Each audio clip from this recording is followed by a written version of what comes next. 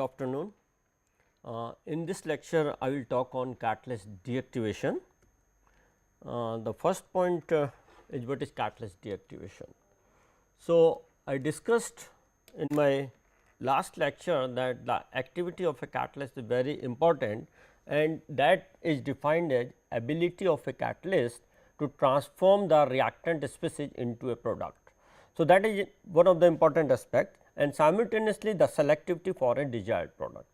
So, when you look at these two important properties in a catalyst, with time on stream, if you look at most of the refinery petrochemical process, the activity of the catalyst decrease with time on stream. So, it means the conversion generally, if I look at in terms of the graph, conversion as a function of time. So, even it is operated at a steady state, but the conversion may decrease with time like this, right. So, it means the initially the conversion may be 90% and after some time it may be in terms of days or in terms of hours.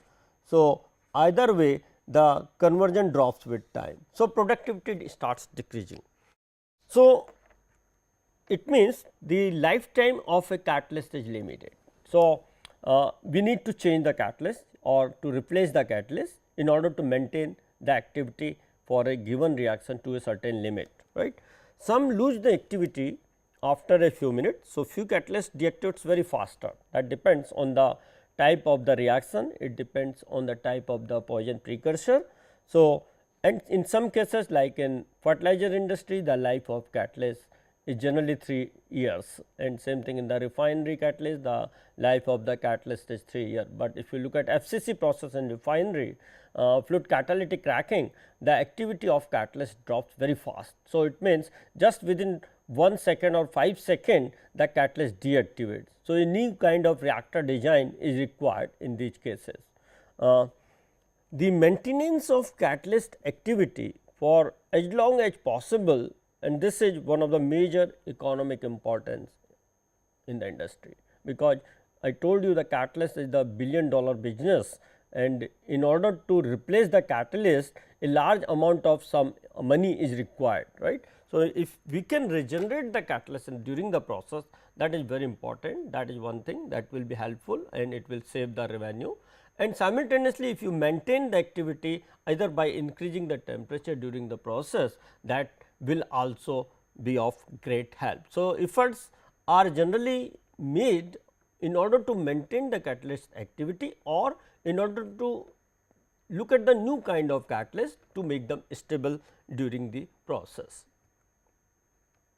So, activity, when we talk a term activity of a catalyst, as I said it is a conversion, this is the conversion which drops with time, and when we talk activity, so that is very important when we compare the two catalysts. So, here in terms of deactivation, the activity of a catalyst is defined in terms of the rate when the catalyst has been operated for a given time, that is rate at any time t divided by the rate when the catalyst is free or fresh catalyst free from the poison precursor. So, we call it initial rate. So, rate at any time t divided by the initial rate. So, that is known as activity of a catalyst. So, rate can be in terms of reactant species minus R A. So, that is the decrease in rate of reactant species at any time t divided by the same thing at when the catalyst is a fresh catalyst. So, and this rate we measure generally in terms of the conversion data. So, suppose you have a CSTR type reactor, you know in CSTR the design equation is given by W by F A naught is equal to X A upon minus R A dash. So, this is the mass of catalyst, this is the molar feed rate or mass feed rate of the reactant, X A is the conversion of a reactant species and minus R A dash is the rate of reaction for the reactant A. So, rate of decrease in the activity of a catalyst. So, this with time on stream change. So, when you have a plug flow reactor, even in a plug flow reactor we just take a differential reactor and then the conditions can be similar to that of a CSTR. So, this is a tank type reactor, and a plug flow reactor, when you do the kinetics or when we do these kind of deactivation study, we take a differential amount of the catalyst and then we measure the activity as a function of time on stream. So, when you say steady state reactor, then theoretically the conversion should not change with time. If it changes, it is changing because of the catalyst deactivation. So, we measure this minus R A dash as a function of time, and we can plot a graph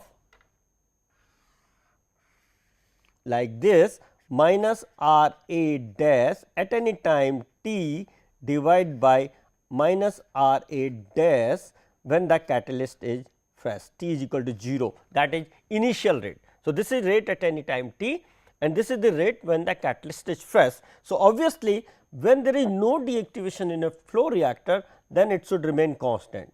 So, activity A, this is your activity value. So, this value should be 1, right, because there is no change in rate, no drop in rate, but in actual reactors the rate or the actual catalytic reaction, the rate may go drop like this or it can even drop like this. So, this is what the activity which is decreasing with time on stream. So, time on stream means it can be, as I said, 1 hour, it can be 6 months or it can be year, depending upon the activity of a catalyst or stability of a catalyst, and also it depends on the type of feedstock which has been selected. So, the rate of a reaction at any time t divided by the rate of reaction when the catalyst is fresh, and this is known as activity of a catalyst. So, deactivation can be because of the aging phenomena, because you are continuously using the catalyst for a longer period of time. So, there may be some structural changes. It can be because of the feedstock which may have some poison precursors and they deposit on the catalyst. So, we will talk on that. So, as I said, catalyst deactivation is the result of the number of unwanted chemical and physical changes. So, this can happen some changes on the surface of the catalyst which cannot be regained or which cannot be changed again during the reactivation of the catalyst, and this can be in terms of the structural changes, this can be because of deposition of the carbonaceous species on the surface of the catalyst, right. So, because of these the active site concentration decrease, because the rate is related to the number of active sites present on the surface of a catalyst. The rate also depends on the surface area of the catalyst. So, these may change. It may also depend on the phase which is formed during a sintering, during calcination or during catalyst preparation. So, that may also affect, and because of the activity of the catalyst drops. So, decline in activity can be because of blocking of catalytic active site. So, this can be, as I said, carbon, the carbon may deposit and it blocks the active site. It may be because of loss on the concentration due to chemical or thermal or mechanical process. So, different kind of deactivation mechanism may be possible in a catalytic reaction. So, types of catalyst deactivation when we say, so as I said that the changes may be structural changes, that is the surface morphology which we determine by X-ray diffraction technique, by scanning electron micrograph, by transmission electron micrograph, what we discussed during the characterization techniques. So, that may change during the reaction, during the course of reaction or during the contact of the reactant species with catalyst for a longer period of time. So, because of that the activity of a catalyst may change or drop. So, this is the structural change which may result from a migration of components under the influence of prolonged operation at high temperature. So, that the originally finely dispersed crystallite tend to grow in size. So, this is what I was talking, a kind of sintering.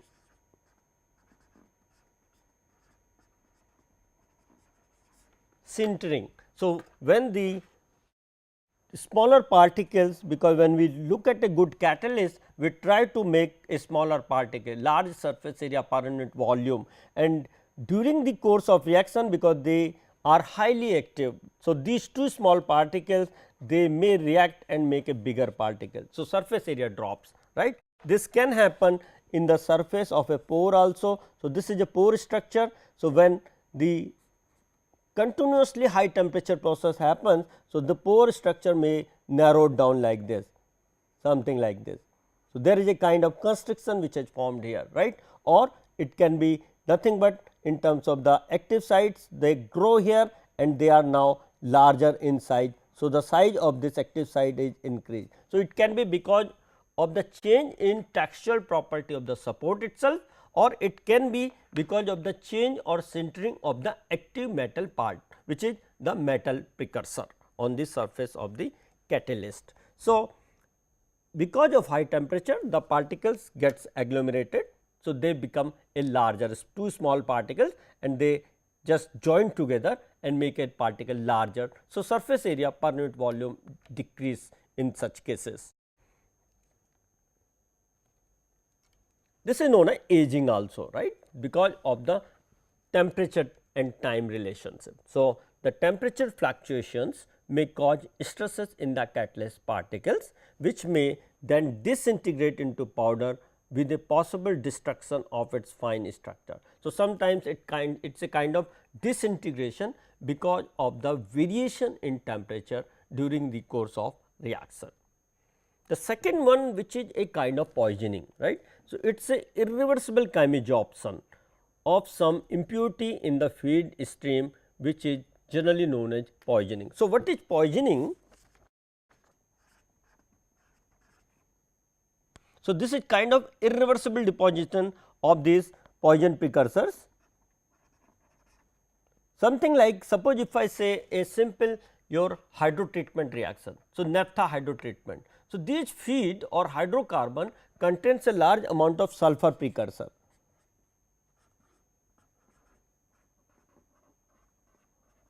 It can be in the form of hydrogen sulfide, it can be in the form of mercaptan. So, something like this, or mercaptans.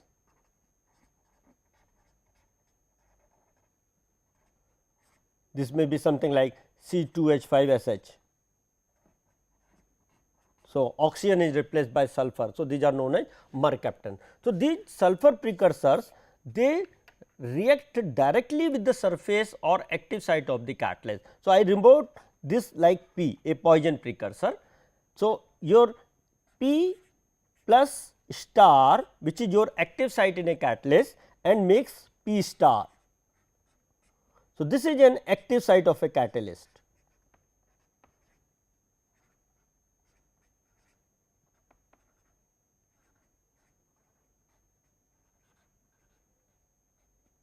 So, this active site, and this is the poison precursor, which is like this sulfur compound, nitrogen compound, oxygen compounds, which are present in the hydrocarbon feedstock.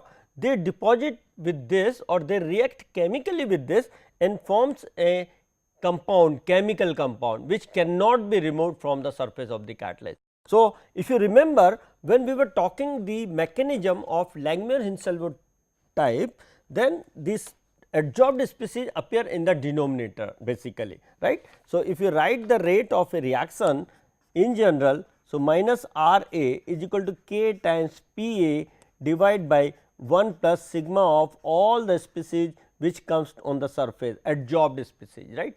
If this poison precursor is also there, then it will also have some concentration of poison precursor times the its precursor concentration times the adsorption, whatever the chemisorption rate constant. So, it means overall rate of reaction will now decrease, or the sites have been blocked completely.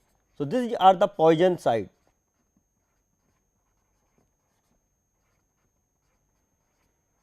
So, your rate of reaction will decrease. So, this is what the irreversible deposition of the poison precursors which are present in the feed stream. So, feed streams, whatever, especially in the case of hydrocarbon industry, they have lot of sulfur compound, they have lot of nitrogen compound, oxygen compound or metals, and they just deposit on the surface of the catalyst, and this is known as poisoning, right. So, it is a kind of irreversible poisoning which cannot be removed by any treatment. So, catalyst is permanently damaged because of these precursors. The third one, which is known as coking. So, that is basically the deposition of carbonaceous residue from a reactant, product or some intermediate, and that is known as coking. So, what is coking basically? It is something like when you have any hydrocarbon C2H6, suppose ethane, and you crack it. So, you get series of the product like say ethylene, right, this may be, and simple dehydrogenation, if I say it is a hydrogen, something like this, right. But if you crack it further, keep on cracking, so ultimate product is known as coke plus hydrogen, like this, right. So, this coke is the carbon material basically C, which deposits because of polycondensed aromatic hydrocarbon. So, this is one example, but when you have the petroleum feedstock, ultimately it is a kind of polycondensed aromatic hydrocarbons.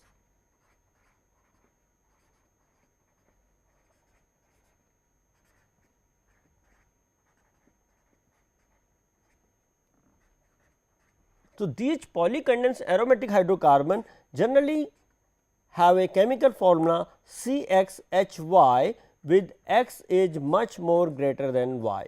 So, more than 90% by weight, if you look at this is the carbon in this, and hydrogen content is very low in this coke, and these coke particles they deposit on the surface of the catalyst. So, whatever the active site of the catalyst or the pore space, that is blocked by this carbon materials like this. So, this is what the carbon particles, and they cover the surface of the active site of the catalyst. So, again the activity of the catalyst drops down. So, this is known as coking or fouling.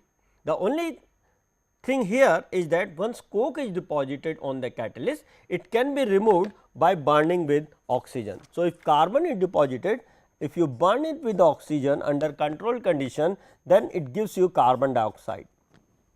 So, it means the under certain conditions of temperature, this coke deposited on the catalyst can be removed and you get a regenerated catalyst. So, this when the coke formation is on the catalyst, then the catalyst can be regenerated.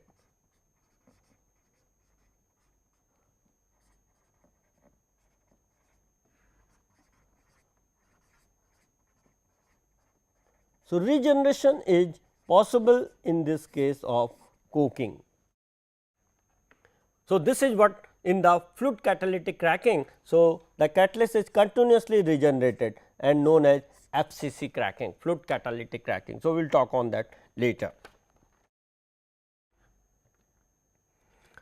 In general, now if you look at in a process industry, the catalytic process industry, the time scale of deactivation vary from fraction of the seconds to years, right. So, most of the bulk process they have the life from 0.1 to 10 years. So, you need not to worry about in those cases, because it takes 6 months, it takes 1 year or 3 year or 5 year, and after that the catalyst can be replaced, right. So, that is most of the fertilizer industry, as I said, or some of the refinery operations, the catalyst life is approximately 3 years. Actually, it depends on the type of operation, it depends on the type of feedstock, it depends on the reactor design also. A good kind of reactor design, and under optimal process conditions, the deactivation can be minimized or the catalyst life can be improved.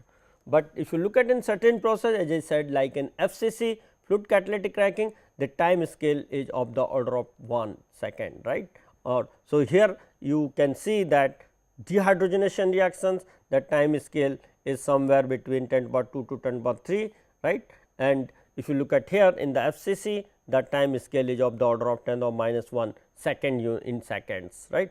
And these are intermediates, the catalytic reforming, the hydrogenation, right, fat hardening, ammonia oxidation. So, these process have some kind of the time where the time of operation is 1 hour or it can go up to 1 day. So, depending upon the process, one needs to identify a definite type of catalyst to make it stable. So, stability is one of the important aspect, that how to select a good catalyst which can have a longer life and which deactivates less, in order to improve the activity and productivity without replacing the catalyst. Because catalyst replacement and maintenance of that reactor, once you replace the catalyst, again put the catalyst, fresh catalyst, and so maintenance, all these consumes time as well as money. So, one needs to identify the optimum catalyst and the process and the selection of a definite kind of reactor design depending upon the time scale of deactivation. So, as I said, the reactor design becomes very important in this case when the deactivation is very fast or deactivation is slow. So, accordingly the different kind of reactors are selected. So, fixed bed reactor, generally these are just you have a catalyst inside the bed like this, right. So, you put the catalyst inside the reactor and continuously operate it. So, it is just like a packed bed reactor.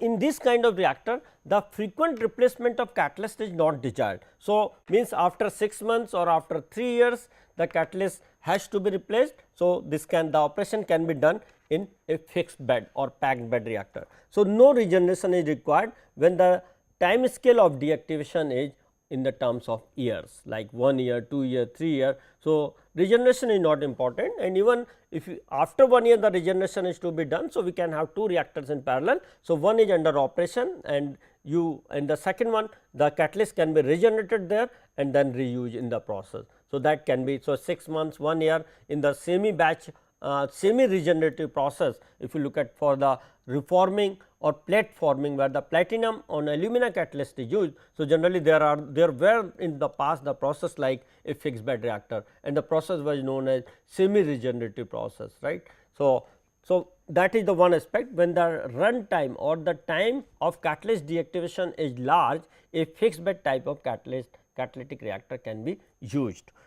Second is the months. So, again here when the catalyst life is 3 months or 6 months, as I said, there again one can use a fixed bed reactor, right. So, there can be fixed bed versus a continuous or semi regenerative type process or a continuous regenerative type process. So, that depends on the type of catalyst that which have been used and the type of operation, that is the production capacity. So, if you look in terms of that, so regeneration can be done off and on. So, one you can have 2 reactors or 3 reactors, and one is in regeneration mode and another one is in operation mode, and so on. After 6 months the cycle can be replaced, right, or the reactor can be replaced by the second reactor. So, one standby reactor you can call, and when it is in weeks, the deactivation of the catalyst is faster compared to the first 2, then the deactivation time may be in weeks.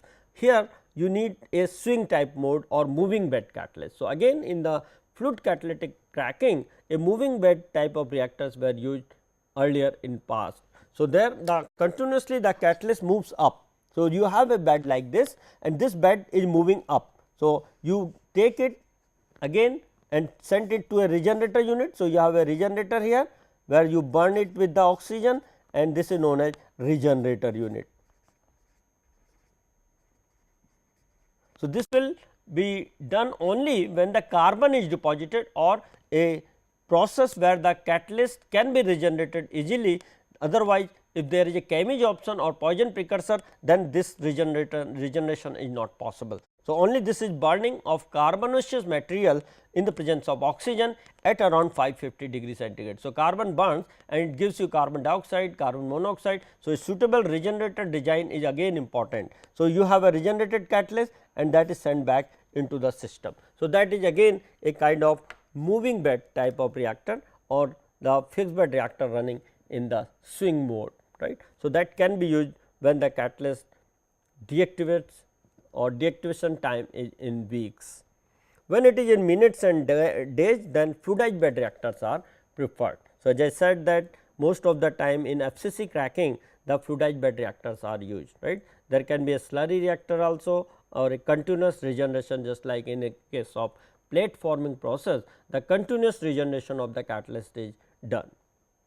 And when the deactivation is very fast, then and the time of deactivation is in seconds, the catalyst needs to be replaced continuously. So, again either the FCC type reactor, fluidized bed reactors, or intent flow reactor with continuous regeneration of the catalyst is desired, right, in order to maintain the activity of the catalyst. So, one needs to identify the catalyst, then process, then deactivation time or time required for reactivation, and then accordingly can select a combination of reactor and regenerator for the process. So, once you look at the selection, that is selection of a catalyst, design of a reactor system, that will depend on the type of deactivation. So, for a given reaction, how the catalyst deactivates, that should be known. Mechanism of catalyst deactivation becomes very important, and that will depend on the type of feedstock, type of reaction, and the type of catalyst that has been chosen for a given reaction system. So, what I have discussed so far and what type of deactivations what we have discussed so far, basically as I told that the deactivation can be because of the poisoning of the catalyst, which is the irreversible chemisorption. So, it means the poison precursors are to be removed if you want to prolong the activity of a catalyst. So, especially as I said, when the sulfur is present in the feedstock, it catalyst deactivates faster. So, it means the concentration of sulfur should be kept at its minimal level. So, hydrodesulfurizer are generally used in refineries and petrochemical. So, in order to treat the feedstock which contains large amount of sulfur, same thing natural gas desulfurizers are used, there is crude oil has to be desulfurized, or your naphtha has to be desulfurized, diesel has to be desulfurized, which you must have seen in your automotive exhaust also. The sulfur concentration should be kept as low as possible, otherwise the catalyst will damage faster. So, this is poisoning. So, once the poison deposits on the catalyst cannot regain its activity. So, the life will be just a fraction of the second, right. So, these are costly catalysts. So, one needs to remove them. The concentration of the poison precursor has to be removed from the feedstock itself. The second one which we discussed is deposition on the catalyst. So, again we will talk on that later, right, which is nothing but the fouling, that is deposition of the dirt or carbonaceous material on the surface of the catalyst, and that reduces the concentration of the active site, and because of that activity of the catalyst drops.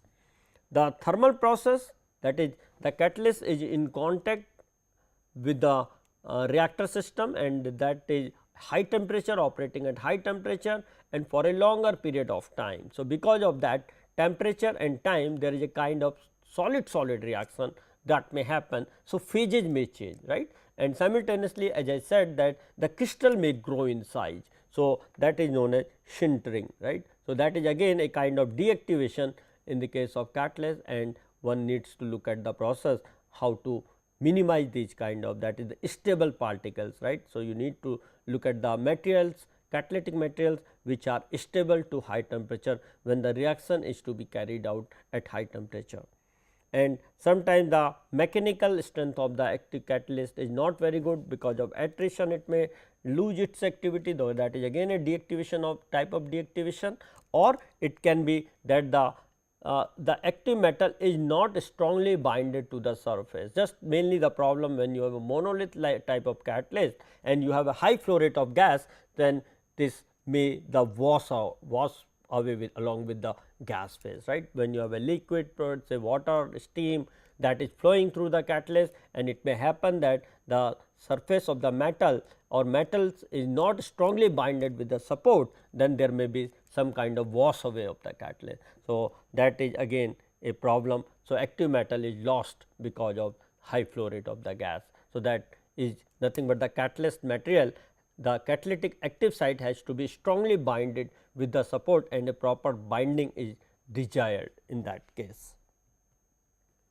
So, whatever I have discussed is picturized here. This is a poisoning, kind of poisoning. So, as I said, the sulfur, oxygen, carbon monoxide, right, all these are a kind of poison precursor. So, they adsorb on the surface of the catalyst, and this is what is chemisorption, a strong bonding between the sulfur precursor and the catalyst, and now this cannot be removed. It is not a reversible process, it is an irreversible process. So, the catalyst damage. So, active sites have been dropped here or decreased in these cases. Here if you look at, it is a deposition of the dirt material, right, or carbonaceous material. So, either in this case, so there is a kind of pore blockage. So, catalyst pore has been blocked, or it can be just covering the this two cavities here, and this complete covers this carbonaceous material deposited on the mouth of a pore, right. So, these kind of deposits are known as coking. This is again a sintering, as I said, the increase in the crystal size because of the agglomeration of the particles, or the just the pore surface where the blockage, the agglomerates, and this surface area of the catalyst decrease, or it is nothing but the recrystallization of the structure of the support itself because of the phase transformation. So, either possibility may happen here, right. So, one thing is that the particles gets agglomerated like this, as I said, right, they become a larger. So, crystal size is that is growth of crystal. You want a nanoparticle, but the particles have grown in size because of the temperature, high temperature, right, or the pore blockage, because the pores are just narrowing down and they block. So, pore size reduces in one way, right. So, that is again a decrease because of the high temperature and time both. This is what I said, loss of the via the gas phase material. So, active material and the gas is flowing over that. So, it has taken along with the active metal M, right. This is the catalyst particle, and the gas has taken that because it is not strongly binded. So, as I said that to have a good catalytic activity, some kind of tuning is desired. The active material has to be deposited on the support, but with certain kind of binding. It should not be too strong and it should not be too weak also. So, that is again important aspect, because if the binding is weak, the catalyst will lose its activity because the part of the metal has been lost by and taken away by the gaseous species. So, these kind of deactivation which may happen, and these are the root cause of decrease in activity of a catalyst. So, let us just look at again the definitions, that is the poisoning of a catalyst, that loss of activity due to strong chemisorption on active site of impurities present in the feed stream. So, impurities means this may be sulfur, this may be nitrogen, this may be oxygen, this may be any metal precursor like vanadium, nickel, right. So, these are the poisons for some kind of reaction. So, metal precursors, right, and these all may present in the hydrocarbon feedstock or crude oil, as I said, which have been treated and then taken to a distillation column, distilled out, but again it has the different streams like naphtha, right, atmospheric gas oil, vacuum gas oil, and when they contain, these contain the sulfur, nitrogen and oxygen compounds, right. These are ring compounds basically, and these are difficult to remove once they poison the catalyst, or they cannot be removed from the surface of the catalyst. In the heterogeneous catalysis, if you look at, the poison molecules are adsorbed more strongly to the catalyst surface than the reactant molecule, and the catalyst becomes inactive. And this is what the point which I was discussing, the poisoning phenomena, that this P adsorbs strongly compared to the reactant species which is A and adsorb on the surface, right. So, suppose you have the diesel compound, or you have a naphtha compound which contains the paraffins, naphthens, olefins and aromatics, and along with it contains the sulfur, nitrogen. So, sulfur, the binding of sulfur on this metal part, which is the cobalt or nickel side. Suppose if you look at your hydro treatment unit. So, cobalt and nickel have stronger binding with sulfur like cobalt sulfide, nickel sulfide compared to the reactant species. So, these poison precursor even at low concentration, their concentration is in ppm level or they are at ppm level, but their small concentration is enough to deactivate or to poison the catalyst completely, and this cannot be removed because it is strong binding between the poison precursor and the catalyst surface. So, one has to remove them from the source itself or from the feedstock itself. So, this is known as poisoning. So, this is what the example here shown, that these are the poison precursor, these are the reactant species. So, poison precursors can strongly bind with the support, right, and they modify the nature of the active site. So, whatever the activity of the catalyst, that declines faster when the poison precursors are present in the feedstock, because they are permanently binded here on the surface of the catalyst. If you look at some of the example of the catalysts which have been used in industry and the poison precursors, like ammonia synthesis, iron is used as a catalyst, and carbon monoxide, carbon dioxide, water, acetylene, sulfur, phosphorus, they act as a poison precursor for this catalyst. Right. So, it changed the oxidation state, it changed the morphology of the catalyst completely. So, these are the poison precursors. Steam reforming, generally nickel alumina catalyst is used, and again hydrogen sulfide, arsenic, hydrochloric acid, these are the poison precursors. So, when these precursors are present, the catalyst activity drops at a faster rate, and these are chemically binded to this nickel metal. Same thing for methanol synthesis, copper is used as a catalyst, and or hydrogen sulfide, arsine, hydrochloric acid, these are the poison precursor. For catalytic cracking, silica alumina type catalysts or zeolites are used, right, and ammonia, sodium metal, heavy metal, these are the poison precursor for this catalytic cracking catalyst. Similarly, CO hydrogenation, nickel, cobalt, iron are used as a catalyst, and for these metal precursor, hydrogen sulfide, carbonyl sulfide, arsenic, hydrochloric acid, these are the poison precursor. For oxidation reaction, generally vanadium pentoxide is used as a catalyst, and arsenic is the poison which is present in the feedstock in the reactant feed. Same thing for ethylene to ethylene oxide, right, for making epoxide resins, the silver is used as a catalyst, and acetylene is the poison precursor for this catalyst. So, one needs to remove them or minimize their concentration in order to enhance the life of the catalyst. So, classification of the poison is selective and non-selective. So, selective means the poison precursor adsorbs on selective sites, right, and that is known as a selective poisoning. So, here you can see that the sulfur precursor and they adsorb on this particular type of localized site on the active site of the catalyst, and that is the selective type of poisoning. Here if you look at the non-selective, the same sulfur molecule adsorbs on this, that is the metal sites or which is the active site of a catalyst, but simultaneously it also adsorbs on the support side also. So, this becomes a non-selective type of poisoning. So, both type of poisoning may happen, that is sometimes suppose nickel on alumina is the catalyst. So, the sulfur adsorbs on nickel side, it is strongly binded with the nickel side, but simultaneously it adsorbs on the alumina surface also. So, whether it is nickel alumina, cobalt alumina, so the sulfur adsorption may be a kind of non-selective type of poisoning, right. So, certain in some cases suppose the carbon monoxide is the gas, it may happen that the carbon monoxide gas adsorbs on the nickel side only, not on the alumina or silica side. So, it means this selective and non-selective both kind of poisoning may happen, and one needs to look at the mechanism when you design a reactor or when select a process for the given catalytic reaction, because understanding of these kind of mechanism, how the poisoning or what kind of deactivation is happening in a catalyst and how does it drops, how does it decrease the activity of catalyst, that should be understood and clearly understood in order to look at the rate or regeneration of the catalyst if possible. So, it can be reversible, it can be irreversible, as I said, reversible poisoning which may be due to the oxygen compounds like oxygen, water, CO, CO2. So, they are reversibly poisoning. So, that this can be regenerated also, although bit difficult, but it can be done.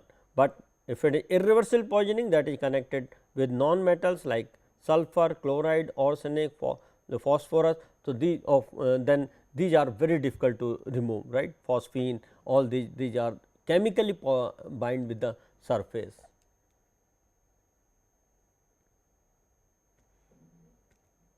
So, this is just an example that what happens when you look at your automotive exhaust catalyst, right, and earlier lead was used, right, and because lead itself is a carcinogenic, and it poisons the catalyst. So, leaded petrol cannot be used in cars fitted with catalytic converter, right, because lead strongly absorbs on the surface, this is rather absorbs on the surface of the catalyst and poisons it faster. So, for the case of automotive exhaust catalyst, as I said that sulfur should also be very low. So, that is why if you look at new norms for the petrol, diesel, the sulfur concentration in petrol has been reduced to a 0 ppm level, or say in underdeveloped country still it is 10 ppm or 50 ppm in some of the countries. But if you look at in the same thing for the diesel also, the sulfur concentration should be less than 250 ppm, but in the most of the country they are following now less than 10 ppm, right. So, the reason is that because this all these catalytic converters, right, which are 3-way catalysts nowadays, selective catalytic reduction SCR type of process, which is used for removal of carbon monoxide, sulfur oxides, nitrogen oxides, right. So, the catalyst is very selective in its action here in this selective catalytic reduction. So, large concentration of sulfur may poison the catalyst. So, it will damage the total catalytic converter. So, the sulfur concentration has to be reduced to a certain level, and this is a kind of the catalytic converter which is generally put at the exhaust of the automotive vehicles, right, whether a petrol engine, diesel engine. So, these are the kind of systems or catalytic converters which have been used in the automotive process. So, generally the catalysts are noble metal type, say rhodium is used for this purpose in this selective reduction, catalytic reduction, right, and nickel and copper can also be used, but with them the deactivation is faster. So, use of copper and nickel in a catalytic converter, right, is avoided, right.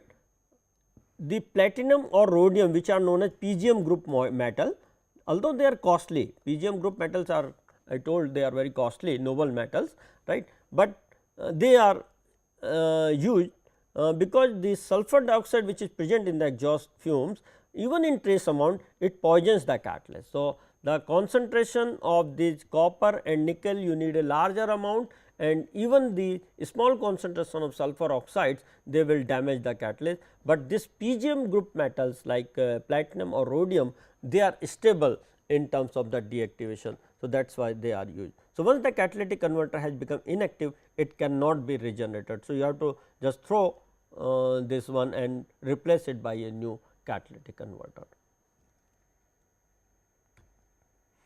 So, preventing poisoning, as I said, that especially in the hydrodesulfurization reaction, you have to remove the poison precursor, because the life of the catalyst has to be enhanced or increased. So, try to make the concentration of these poison precursors as low as possible. So, decrease poison content in feed, and for example, just if you look at hydrodesulfurization, which is the hydro treatment, in fact, a trickle bed reactor is generally used, followed by hydrogen sulfide adsorption to remove the sulfur compound. So, that is what the hydrodesulfurization is done to remove the sulfur compound. So, overall the process is known as hydro treatment and widely used in the refinery, because the sulfur concentration has to be reduced.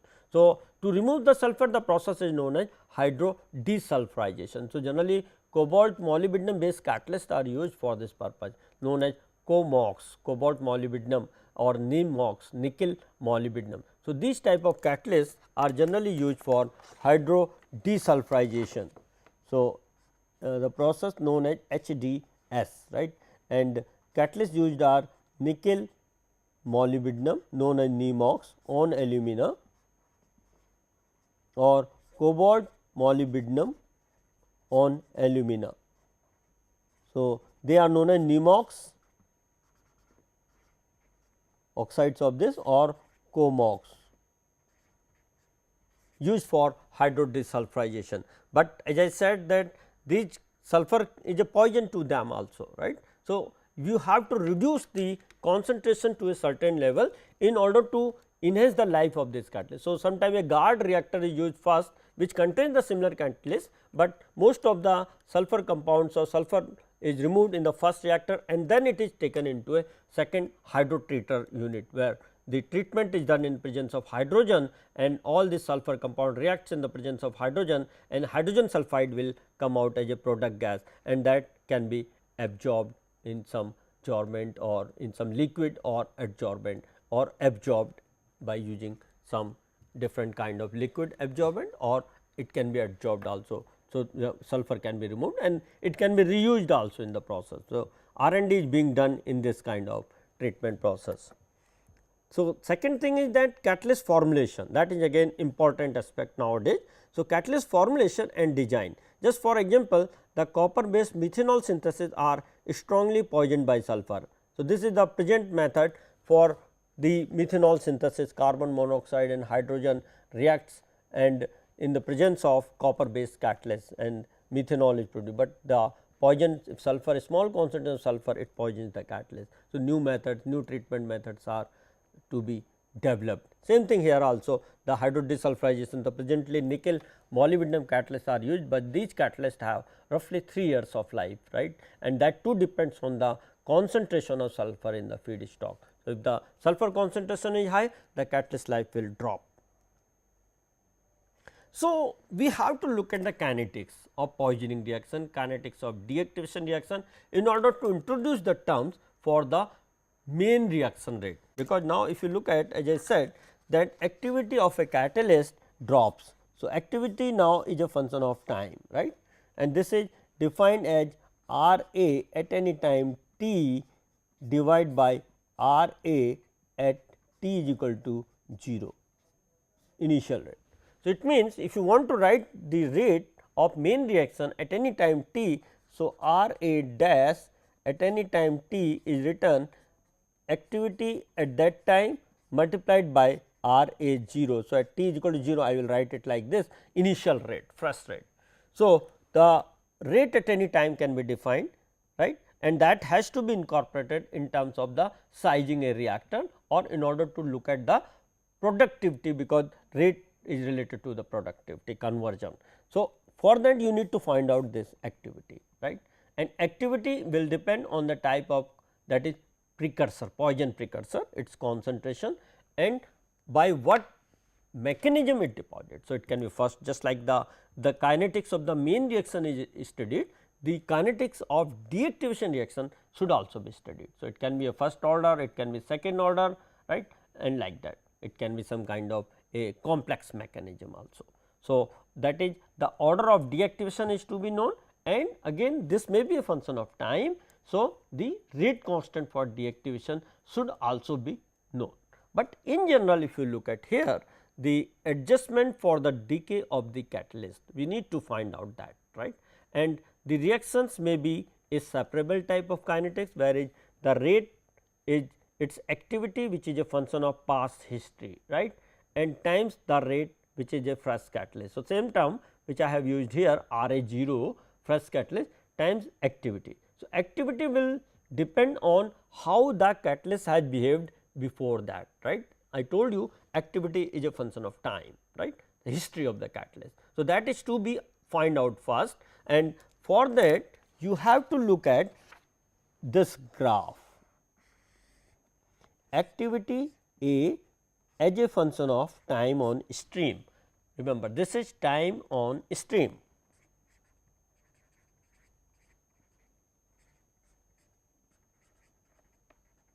right, that is, it is just something like I said that it can be in number of days. So, 1 day, 2 day, 3 day, like that, it can be in terms of the years, right, it can be in terms of the seconds also, depends on the type of deactivation. So, if the catalyst is all the time very stable, then it should be like this, a constant, right, there should not be any drop, and that is what we want, to have a stable catalyst, but this is not true. Most of the time the activity may go like this, right, it can go like this, it can go like this also. So, it means we have to find out what is this function A as a function of A, which is some order, I will write n, right, and times some constant which may be a function of temperature.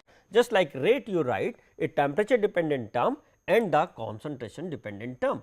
Here also the how this change with time. So, one thing is clear that we have written it activity decrease with time. So, just like conversion decrease with time. So, it means the decrease in activity with respect to time, I will write it minus dA by dt. This simply says that how the activity of a catalyst change with time, right, but since activity can never increase, it decrease with time. So, that is why a minus sign has been kept here.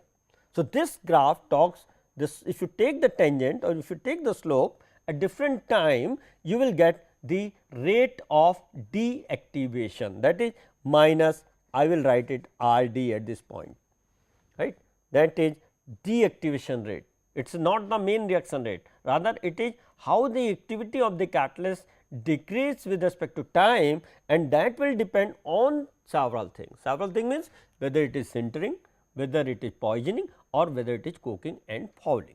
So, we have to understood first the mechanism of deactivation, and then we need to write the expression A as a function of whether it is a carbon precursor, it can be a sulfur or a poison precursor, or it can be something where the crystal surface area is decreasing because of sintering phenomena. So, we need to correlate these properties in terms of the activity of the catalyst, and then we can substitute it in the main reaction rate, which is written here, right.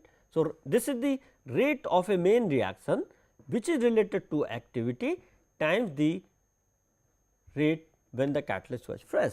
There was no effect of the sintering, there was no effect of the poison precursor, and there was no change in terms of the concentration. So, we need to correlate these rates. So, this is what the discussion which I was talking, that rate of a catalyst decay R d is given by minus dA by dt, and that will depend on the activity. It will depend on some concentration, it may be the concentration, sometime we write the reactant feed concentration, which is related to, basically it is the concentration of the poison precursor, but the concentration of poison precursor may be a function of the concentration of the main feed. So, sometime we write it in terms of the main feed concentration also. So, we will talk on that later. So, depending upon that, this order, this deactivation function, it can be written first order deactivation, which one can find out by doing this experiment. So, for that one needs to do the experiment like this, activity as a function of time, and then calculate the tangent, that is tangent at each point here like this, and find out minus dA by dt. And once minus dA by dt is known, it is related to some constant k d times a to the power n, and we can find out the either by differential method of analysis or integral method of analysis, as we have discussed in our reaction engineering, right, that we have done that during reaction engineering. So, same approach can be used here. So, I will continue it next time. Thank you.